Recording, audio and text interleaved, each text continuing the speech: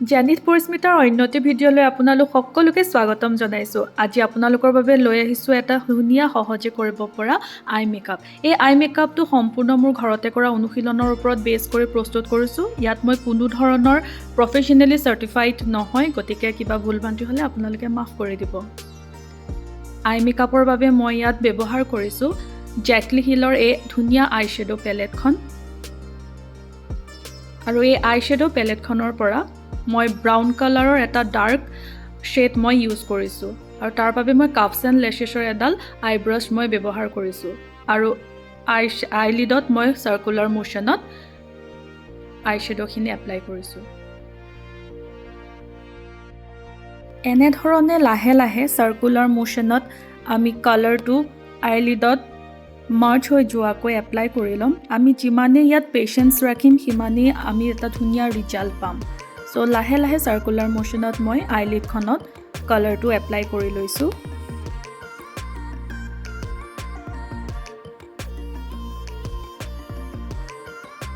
ঠিক তেনেদৰে মই আনটো চকু মই ছেম কালাৰটোৰে মই চাৰ্কুলাৰ মোশ্যনত এপ্লাই কৰি লৈছোঁ।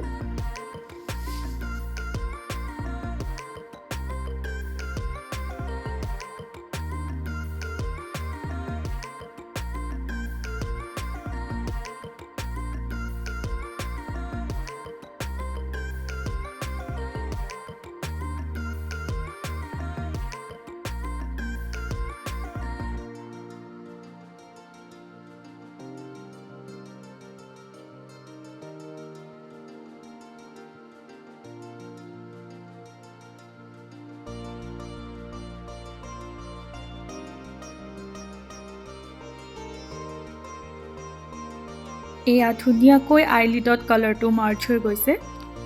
এতিয়া মই তাতকৈ অলপ ডাৰ্ক শ্বেড এটা লৈছোঁ মোৰ আউটাৰ কৰ্নাৰত এপ্লাই কৰিবৰ বাবে। ঠিক চাৰ্কুলাৰ মোশ্যনতে মই সেই ডাৰ্ক শ্বেডটো মই এপ্লাই কৰিছোঁ।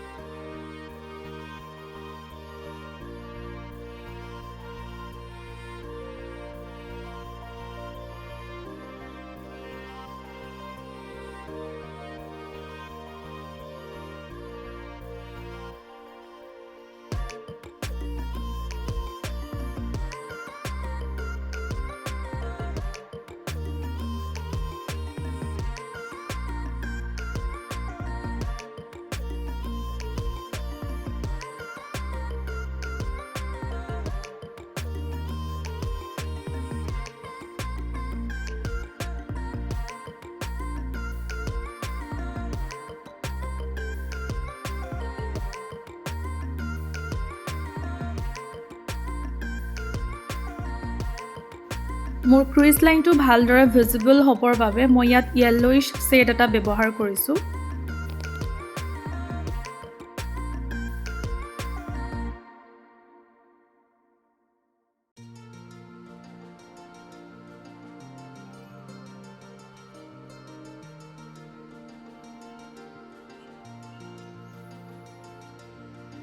আইলিডৰ মাজৰ অংশত এতিয়া মই ছেম পেলেটখনৰ পৰা ডাৰ্ক কফি কালাৰৰ গ্লিটাৰী পিগমেণ্টেড এটা শ্বেড মই এপ্লাই কৰিছোঁ।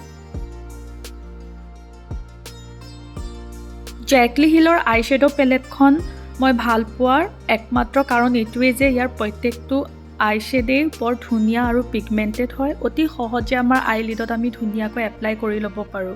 যদি আমাৰ ওচৰত ব্ৰাছো নাই আমি নিজৰ হাতৰ আঙুলিৰে ধুনীয়াকৈ এপ্লাই কৰি ল'ব পাৰোঁ। এয়া মই গ্লিটাৰী শ্বেডটো হাতেৰে এপ্লাই কৰি লৈছোঁ, আপোনালোকে দেখিবলৈ পাইছে।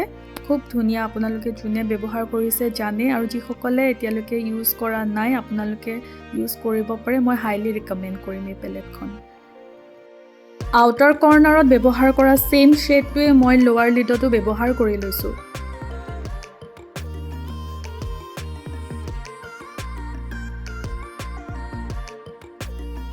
এইখন হৈছে গ্লেম 21ৰ গ্লিটাৰ আই শ্বেডো পেলেট। খুব ধুনীয়া ইয়াৰ কালাৰকেইটা।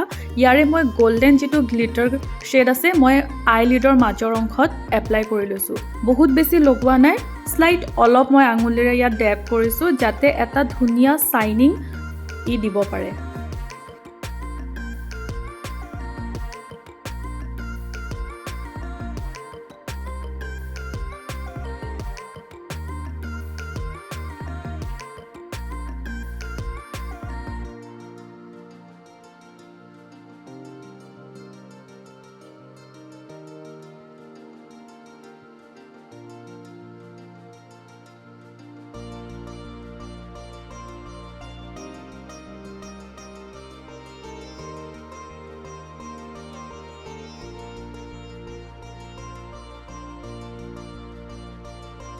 এইফালে মই লেকমিৰ লিকুইড আইলাইনাৰ এপ্লাই কৰি ল'লোঁ আৰু কাজল মই লেকমিৰে এপ্লাই কৰিছোঁ।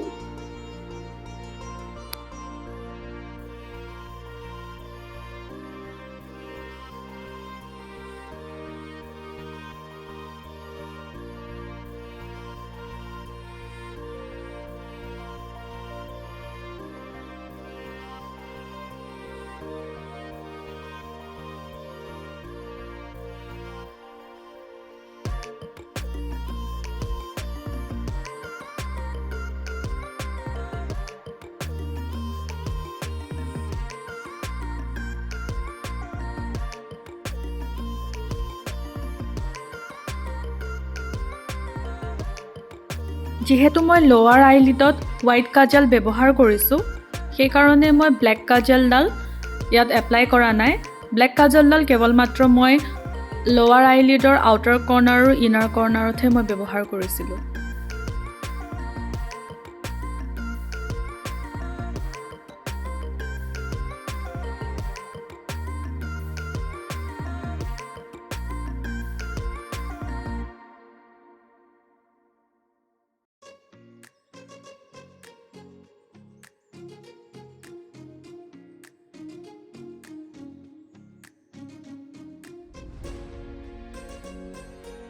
আজিৰ আই মেকআপটোত মই কোনো ধৰণৰ আইলেছৰ ব্যৱহাৰ নকৰোঁ, চ' তাৰ বাবে মই ব্যৱহাৰ কৰিছোঁ মেবিলিনৰ কল'চেল ৱাটাৰপ্ৰুফ মাস্কাৰাটো। এই কল'চেল ৱাটাৰপ্ৰুফ মাস্কাৰাটোৰ পৰা আমি ধুনীয়াকৈ যদি আমাৰ আইলেছত এপ্লাই কৰি লওঁ, তেনেহ'লে এটা নেচাৰেল আইলেছ লুক আমি ইয়াৰ পৰা পাব পাৰোঁ।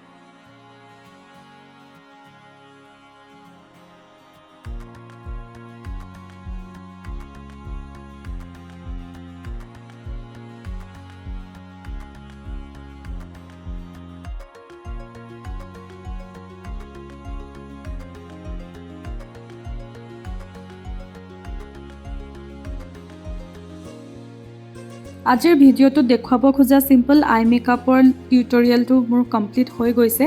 এতিয়া মই লিপষ্টিকৰ বাবে চুগাৰৰ মেট লিপষ্টিক এটা ব্যৱহাৰ কৰিছোঁ। যিহেতু ছেটিং স্প্ৰে অবিহনে কোনো এটা মেকআপ সম্পূৰ্ণ নহয়, সেইকাৰণে মই ইয়াত এটা ছেটিং স্প্ৰে ব্যৱহাৰ কৰি পেলাই মোৰ মেকআপটো মই ছেট কৰি লৈছোঁ।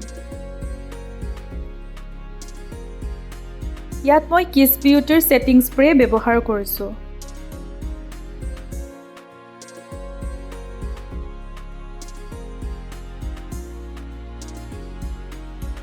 চ' এইটো হৈছে ফাইনেল লুক।